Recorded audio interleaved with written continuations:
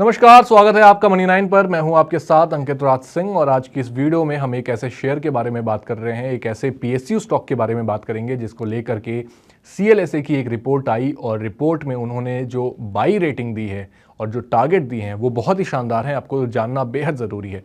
तो चलिए इस वीडियो की शुरुआत करते हैं। सबसे पहले आपको उस शेयर का नाम बताते हैं। तो शेयर का नाम है NHPC और NHPC को लेके सीएलएसए की एक रिपोर्ट आई। सीएलएसए ने NHPC की रेटिंग एक्यूमुलेट से बढ़ाकर अब बाई कर दी है, यानी कि अब आपको एक्यूमुलेट से बढ़ाकर के जो उनकी रेटिंग थी अब उनकी खरीदारी की राय यहाँ पर बन गई है।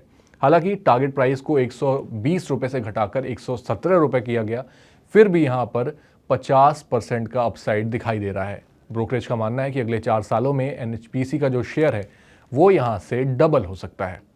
अब अगर शेयर की जो परफॉर्मेंस है उसकी बात करें तो सीएलएसए की रिपोर्ट के बाद ही NHPC के शेयरों में हमें 8% का उछाल देखने को मिला था। बुधवार की बात करें तो उस समय पर जो प्राइस थी वो करीब 74 रुपये के आसपास थी और इसी प्राइस के अराउंड पर कहीं ना कहीं जो NHPC का शेयर है वो बंद होता हुआ नजर आया। गुरुवार की बात करें तो उस समय पर ये प्राइस बढ़कर 80 रुपये पहुँचा और इसी 80 रुपये के हाई को टच करने के बाद जो 6 महीने की अगर हम बात करें तो उस समय से NHPC अब 25% की बढ़त यहाँ पर दिखा चुका है, यानी कि लॉन्ग टर्म के लिए ये काफ़ी मजबूत ग्रोथ दिखा रहा है, ऐसा सीएलएसए का भी मानना है। अब अगर NHPC के लिए बड़े ट्रिगर्स की बात करें, यानी कि कंपनी को किन चीज़ों का फ़ायदा मिल सकता है और किन आधार पर किन रीजंस की वजह से सीएलएसए को NHPC पसंद आ रहा है, तो देखिए कंपनी की जो प्रोजेक्ट पाइपलाइन है वो काफ़ी स्ट्रांग है, यानी कि कंपनी के पास कई सारे ऐसे प्रोजेक्ट्स हैं जिनको अभी डिलीवर करना बाकी है। कंपनी बहुत सारे प्रोजेक्ट्स पर काम कर रही है लगातार। आने वाले कुछ सालों में ये जो प्रोजेक्ट्स हैं वो कंप्लीट होते हुए नजर आएंगे और कहीं ना कहीं उसका फ़ायदा कंपनी को होता हुआ दिखेगा। और साथ ही जो प्रोजेक्ट्स पाइपलाइन में है उसकी वजह से कहीं ना कहीं आने वाले समय में जो ग्रोथ का जो स्कोप है वो भी काफ़ी बेहतर यहाँ पर नज़र आता है।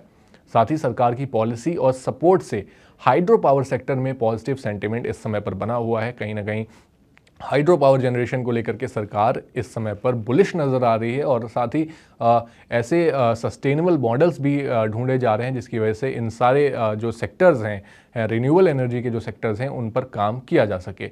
तो यानी कि सेक्टर वाइज भी सरकार का फोकस बना हुआ है। कंपनी के पास ग्रोथ भी अच्छी है, कंपनी के पास जो है ऑर्डर्स भी अच्छे हैं और साथ ही कंपनी की जो फाइनेंशियल पोजीशनिंग है वो भी काफ़ी स्ट्रांग नज़र आती है, जिसकी वजह से जो स्टेबल रिटर्न्स हैं उसकी उम्मीद यहाँ पर की जा सकती है। अब बात करते हैं कि आखिर इन्वेस्टर्स को इसमें क्या करना चाहिए।